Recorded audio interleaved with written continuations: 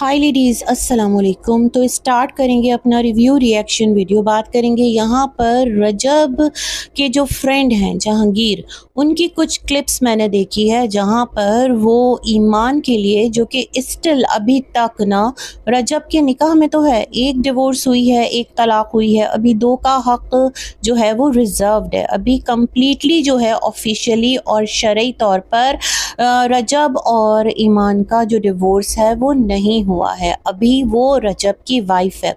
तो यहाँ पर इस तरह से एक तो आपने इतनी बड़ी मिस्टेक की कि आपने आकर जो रजब की सास हैं, यानी जो लुबना नाम है उनका, और ईमान की वालिदा हैं, और रजब ने कहा अपने वीडियोस में, जहाँ तक हमने सुना पॉडकास्ट में यहाँ वहाँ, उनके हवाले से कोई बैड लैंग्वेज यूज़ नहीं की। ठीक है, तो आपने क्या किया, वो अगर आपसे राब्ता करती हैं तो आपने अपना मोबाइल उठाया और यूं करके स्क्रीन दिखा दिया और उनका नाम, उनका नंबर, आपने सब कुछ शो कर दिया। ठीक है, आपको ये अथॉरिटी किसने दी है ना कि आप अपने से इतनी बड़ी उम्र में जो खातून है, जो आपकी वालदा की जगह है, जो आपको अपना बेटा समझकर अगर आपसे राब्ता कर रही हैं, बहुत एक बैलेंस्ड वे में रहते हुए आपसे बात कर रही हैं, अपनी बेटी के लिए कह रही हैं कि उसकी सिचुएशन को समझो, रजब को समझाओ। और रजब खुद भी कह चुका है, मैंने रजब की ना वीडियोस सुनी थी जहाँ पर उसने कहा था कि जो ईमान है ना वो थोड़ा सा एक बहुत पैम्पर्ड चाइल्ड है,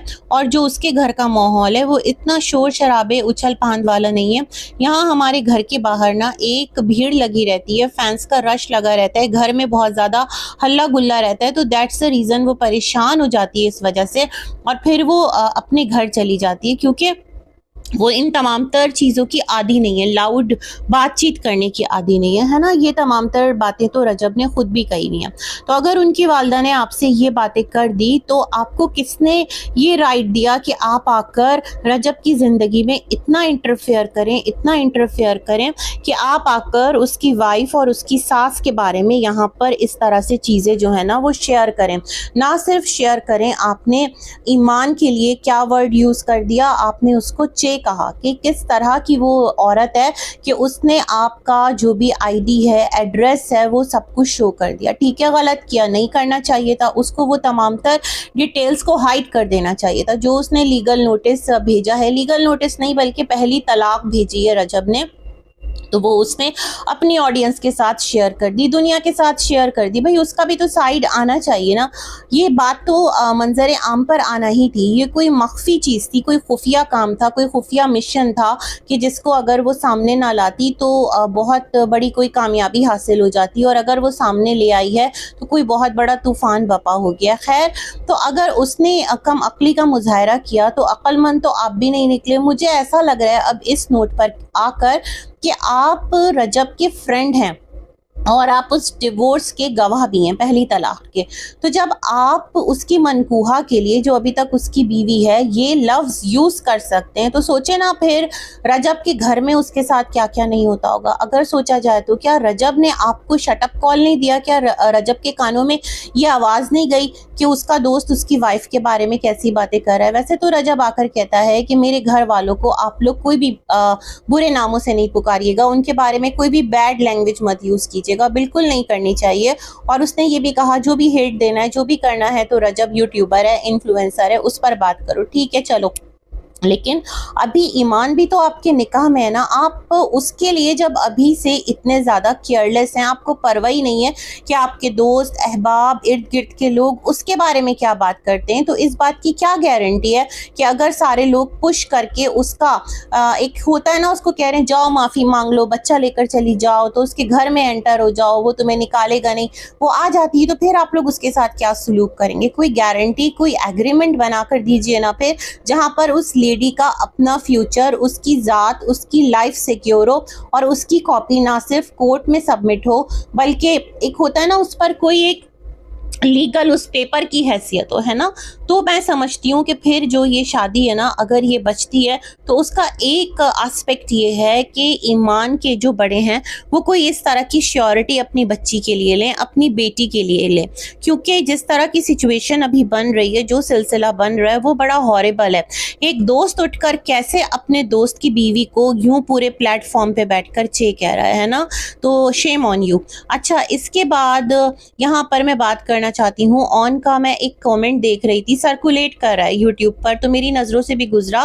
तो उसमें वो कहता है कि वो कभी भी इन बातों को सोशल मीडिया का हिस्सा नहीं बनाना चाहता था, ईमान और कौन, रजब की जो लाइफ है, लेकिन जब उसकी चैट्स लगाई गई जो कि AI जनरेटेड है, तो फिर उसका जो सब्र है ना वो टूट गया और फिर वो ये तमाम तर चीज़ें लेकर आ गया सोशल मीडिया पर। देखें ऑन, अगर आपकी चैट लगाई थी आपके बहनोई ने ना, तो वहां पर आप आकर उसको कंटेस्ट करते, उसके लिए अपनी ज़ात के लिए फ़ाइट करते, अपनी ज़ात को सच्चा साबित करने के लिए आपको अपनी बहन को इस गड्ढे में धकेलने की क्या ज़रूरत थी, जहाँ पर आपकी बहन की ज़िंदगी जो कि ऑलरेडी मुश्किल में थी, कुछ प्रॉब्लम्स थी, तभी तो वो आपके घर आकर रह रही थी ना, अपनी माँ के घर आकर रह रही थी।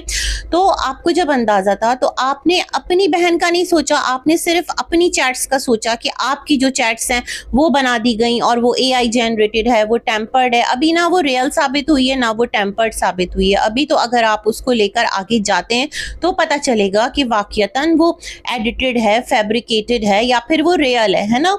और फिर जो आपने कुरान पाक सामने रखकर उस पर एक हल्फ लिया था और आपने कहा था आप नहीं चाहते कि आपकी बहन का घर बर्बाद हो, तो जो आप काम कर रहे थे वो तो बिल्कुल आपके उस हल्फ के ऑपोजिट जा रहा था ना।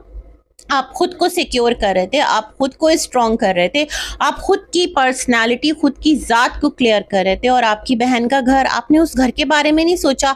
आपने हल्फन क्यों नहीं कहा कि ये चैट आपकी नहीं है, ये AI जनरेटेड है? आपको फिर उस पर भी हल्फ उठाना चाहिए था ना। तो आप लोगों ने ना, सब ने यहाँ पर जितने लोग हैं, रजब के घर वाले हैं, खुद आप हैं, मैं आपकी वालदा को नहीं कहती, वो एक वर्किंग लेडी हैं, उनकी अपनी प्रॉब्लम्स हैं। और मुझे एक चीज़ पर और अफसोस होता है, अगर उनकी लाइफ में एक ऐसा फेज आया है जहां पर वो अपने शौहर के साथ नहीं रह सकी, और आपने कहा था ईमान 2.5 साल की थी तो आपके जो पेरेंट्स हैं वो सेपरेट हो गए थे, तो क्या हुआ अगर सेपरेट हो गए, क्या हुआ अगर डिवोर्स हो गई, क्या हुआ अगर वो इज्जत के साथ अलग हो गई और उन्होंने सारी लाइफ स्ट्रगल की, अपने बच्चों को अच्छी तालीम दिलवाई, उनकी पर्सनालिटी बनाई, उनको रहना सिखाया, उनको एक इस काबिल बना दिया कि आज वो कुछ कर सकते हैं, तो इसमें उन्होंने कौन सा गुनाह किया है ना। इज्जत के साथ लाइफ गुजारी, ग्रेस के साथ लाइफ गुजारी, बजाय इसके कि वो उस टॉक्सिक रिश्ते में रहते हुए अपने आप को फना कर लेती ना। आप इस पोजीशन पर होते ना, आपकी बहन की जो एक है ना ग्रेजुएशन की डिग्री लेकर एक बड़े फख्र से उन्होंने अपनी पिक डाली हुई ना, वो होती है ना। तो मैं ये बात कहना चाहती हूँ, यहाँ पर लोग आकर ईमान की वालदा को भी कोट करते हैं कि खुद उसकी भी ना सेपरेशन हुई हुई है तो अपनी बेटी का घर बसने नहीं देगी। खुदारा इस किस्म की फजूल बातें मत किया करें। और मैं ये भी देख रही हूँ कि तलाक याफ्ता औरत, उसका मुआशरे में क्या मुकाम होता है, उसको कोई अच्छी नज़रों से नहीं देखता। भाई तलाक याफ्ता जो है ना, अगर आप देखें हमारे जो नबी पाक सल्लल्लाहु अलैहि वसल्लम के ज़माने की अगर आप बात करें, उसके बाद का जो पीरियड आता है, जो सहाबा इकराम रदी अल्लाह ताला अन्हो, जो खुलफाए राशिदीन रदी अल्लाह ताला अन्हो हैं, उन तमाम तर लोगों की ज़िंदगी से आपको क्या लेसन मिलता है कि उन्होंने जो तलाक याफ्ता ख़वातीन है ना, उनको भी अपने निकाह में लिया, उनको इज़्ज़त दी, उनको मकाम दिया। ये एग्जाम्पल इसलिए सेट की कि जो मुआशरा है, इस्लामी मुआशरा, उसमें तलाक याफ्ता होना कोई दाग नहीं है, बजाय इसके कि एक गलत रिश्ते में रहते हुए अगर आपकी ज़िंदगी बर्बाद हो रही है तो सबसे पहले आपकी ज़िंदगी का पर आपका हक है ना। तो अगर आप एक उस हक को इस्तेमाल करते हुए साइड पर हो जाते हैं, औरत अगर साइड पर हो जाती, क्योंकि अल्लाह रब्बुल इज़्ज़त फरमाता है कि अपनी औरतों को ना परेशान करने के लिए, सताने के लिए ना अपने निकाह में रोक कर मत रखो, खुश उसलूबी के साथ उनके साथ मामलात करो। और अगर ये नियत होगी एक मर्द की, मुसलमान मर्द की, कि मैं तो इसको तलाक दूंगा नहीं, देखो कैसे एड़ियां रगड़ रगड़ के ये यहीं मर जाती है, उसको तकलीफ देना है ना। तो बहुत प्यारा हमारा दीन है और बहुत प्यारे इसके कवानीन हैं और इसके जो रूल्स हैं। तो खुदारा इस तरह की बातें मत किया कीजिए कि मुआशरे में तलाक याफ्ता औरत की कोई इज्जत नहीं है। क्यों नहीं इज्जत है भाई? औरत जो है वो इज्जत के साथ अपनी गुजर बसर कर रही है, अपना जो एक अगर वो मुकाम बना रही है, पढ़ी लिखी है, हुनरमंद है और अपने घर वालों के साथ रहते हुए, जो भी उसका मैका है, जो भी है, और अगर उसके साथ रहते हुए वो सुकून और इज्जत के साथ रह रही है, तो क्यों मुकाम नहीं है? हाँ, ये ज़रूर है कि जो मैका है ना, वो बड़ा एक कभी कभार गलत यहाँ पर अपना एक अंदाज दिखाता है और वो मुश्किल कर देता है लाइफ औरत पर कि तुम बोझ हो, तुम मर क्यों नहीं गई, तुम ऐसे क्यों नहीं हो गई। तो बेसिकली मुआशरा गलत नहीं है, जो घर वाले ना उनको समझना चाहिए कि अगर अपनी बेटियों को रुखसत करते हैं तो उनके लिए ना अपने दरवाजे हमेशा के लिए बंद नहीं कर दिया करें। आपने सामने वाले को इंसान समझकर शादी की है, लेकिन आगे जाकर वो कैसा निकल जाए आपको नहीं पता, है ना। तो इस तरह की बातें भी मैं देख रही हूँ सोशल मीडिया पर चल रही हैं, जो कि प्रेशर बना रही हैं ईमान पर कि बस वो किसी तरह से भी झुक जाए। अगर ईमान को इस रिश्ते को बचाना है, वो समझती है कि इस रिश्ते में उसको रहना है, तो फिर मुझे लगता है कुछ इस तरह का लीगल एग्रीमेंट अब करना चाहिए कि इन फ्यूचर रजब की तरफ से कुछ इस तरह की बातें नहीं होंगी, उस पर कोई जुल्म सितम नहीं होगा, है ना। कुछ अपने राइट्स के लिए ना उसको कोई स्टेप्स लेने चाहिए, क्योंकि अभी एक बच्चा है, आगे जाकर फैमिली और बढ़ती है, तो फिर अगर खुदा ना करे जो तलाक का सेकेंड और थर्ड हक है वो भी इस्तेमाल हो गया, तो फिर ईमान के पास क्या रह जाएगा? फिर वो इतनी सारी जिम्मेदारियों के साथ कैसे जिंदगी गुजारेगी, है ना। बाकी अल्लाह बेहतर जानता है और तमाम तर मामलात अल्लाह के इख्तियार में है, वो आसानी करे ईमान के लिए भी और रजब के लिए भी। रजब के साथ किसी की कोई दुश्मनी नहीं है। हाँ, उसकी जो गलतियां हैं, जो भी चीज़ें हैं जो कि एक अल्लाह माफ़ करे गुनाह के ज़ुमरे में आती हैं, तो मेरे ख्याल में उस पर उसको दिल से ताइब होना चाहिए। और वो देख रहा है अपने चैनल का हाल, किस तरह से जो सब्सक्राइबर्स हैं उसको छोड़ करके जा रहे हैं, क्यों, इसके बारे में भी रजब को सोचना चाहिए। बाकी गुड विशेज़ हैं सबके लिए। अल्लाह हाफ़िज़।